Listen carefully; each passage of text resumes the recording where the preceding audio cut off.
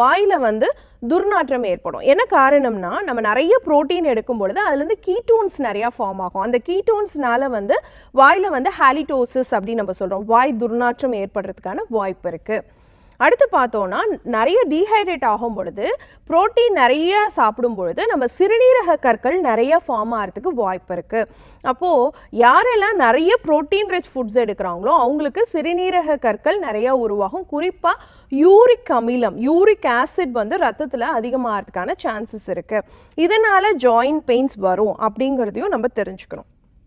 அடுத்து பார்த்தோம் அப்படின்னு சொன்னால், நிறைய புரோட்டீன் எடுக்கும் பொழுது நாட்பட எடுத்தீங்க அப்படின்னு சொன்னால் குளோமருலார் ஃபில்ட்ரேஷன் ரேட் அப்படின்னு சொல்லக்கூடிய ஜிஎஃப்ஆர், உங்களுடைய கிட்னியோடைய செயல்திறன், அதில் இருக்கக்கூடிய ஃபில்ட்ரேட்டிங் யூனிட் நெஃப்ரான்ஸோடைய செயல்திறனை குறிக்கக்கூடிய ஒரு குறியீடாக சொல்லப்படக்கூடியது ஜிஎஃப்ஆர் அப்படின்னு சொல்கிறது.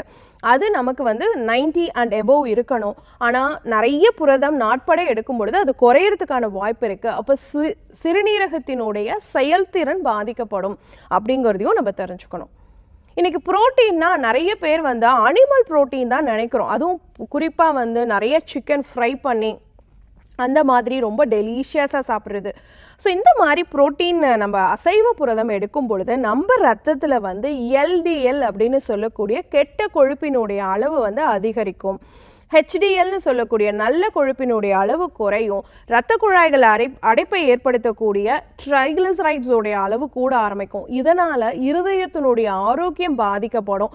இரத்த அழுத்தம் வந்து அதிகமாகிறதுக்கான வாய்ப்பு இருக்குது. கூடவே உடல் எடையும் கூடுறதுக்கான வாய்ப்பு இருக்குது.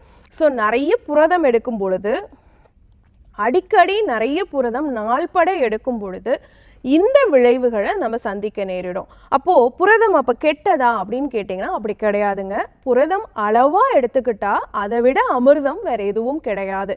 அப்படி ஒரு காலகட்டத்தில் ஒரு வேளை நீங்கள் நிறையா சாப்பிடக்கூடிய நிலை ஏற்படும் பொழுது ஃபஸ்ட்டு விஷயம் நீங்கள் செய்ய வேண்டியது நிறைய தண்ணி குடிக்கணும். ஒன்று, டீஹைட்ரேட் ஆகாமல் பார்த்துக்கணும். ரெண்டாவது விஷயம், நீங்கள் எந்த புரதம் எடுத்தாலும் அதுக்கு சரி பங்கு நார்ச்சத்துள்ள உணவுகள், குறிப்பாக காய்கறிகள், கீரைகள், ஃபைபர் ரிச் ஃபுட்ஸ் அதோடு சேர்த்து எடுக்கணும்.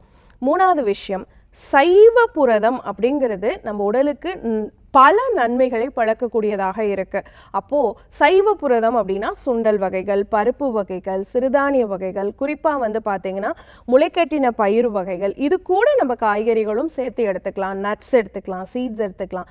இதிலெல்லாம் புரதமும் இருக்குது, அதே சமயம் நார்ச்சத்தும் இருக்குது. இதனால் நமக்கு இருதயத்தினுடைய ஆரோக்கியம் பாதுகாக்கப்படும் அப்படிங்கிறதையும் நம்ம தெரிஞ்சுக்கணும்.